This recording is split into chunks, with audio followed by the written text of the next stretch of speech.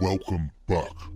The mystery of the Enfield Monster. On one eerie night on April 25th, 1973, two young McDaniel children of Enfield, Illinois, claimed to have seen a weird creature lurking in their yard. According to the children, this strange creature was trying to get into their home, but their father, Henry McDaniel, thought nothing of their creepy story and put it down to the active imagination of childhood.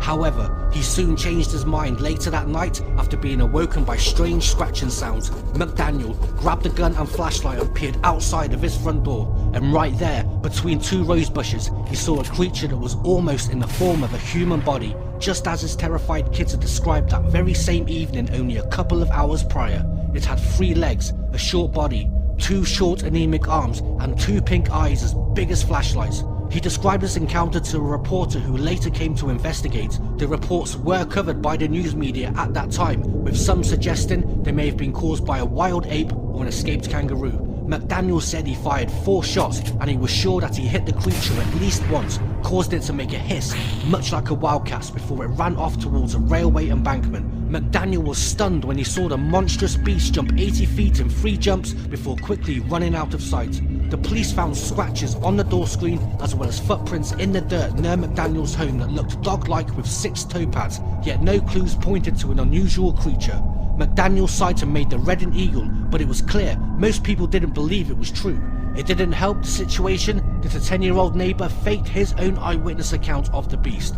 Investigators interviewing Greg Garrett, the 10-year-old neighbour of McDaniel, claimed to have encountered the creature half an hour before McDaniel did, and that the creature had stepped on his feet, tearing his tennis shoes to shreds. The boy later told Western Illinois University researchers that his report was a hoax, to tease Mr. McDaniel and to have fun with an out-of-town newsman. McDaniel reported 2 more sightings of the alleged beast to local authorities, but he said they eventually threatened him with jail time because nobody believed what he had seen was real. But McDaniel was adamant and stood behind his scary true story. If they do find it, McDaniel said in an interview, they will find more than one and they won't be from this planet, I can tell you that.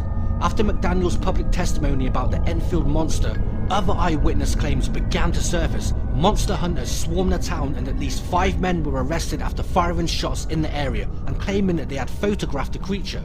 2 weeks later, on May 6th, McDaniel called the radio station WWKI, claiming to have seen the creature again at 3 AM that same morning. It was navigating by using the ways of the railroad tracks near his home, and McDaniel said, "I saw something moving on the railroad track and there it stood. I did not shoot at the creature or anything this time, but it stared down at the railroad track. It wasn't in a hurry or anything."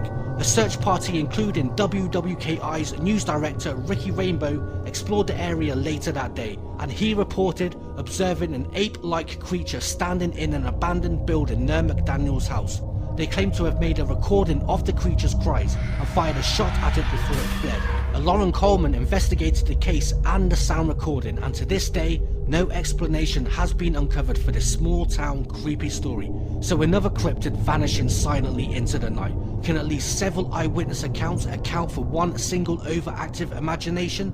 I guess we will never know. Sleep tight tonight, won't you?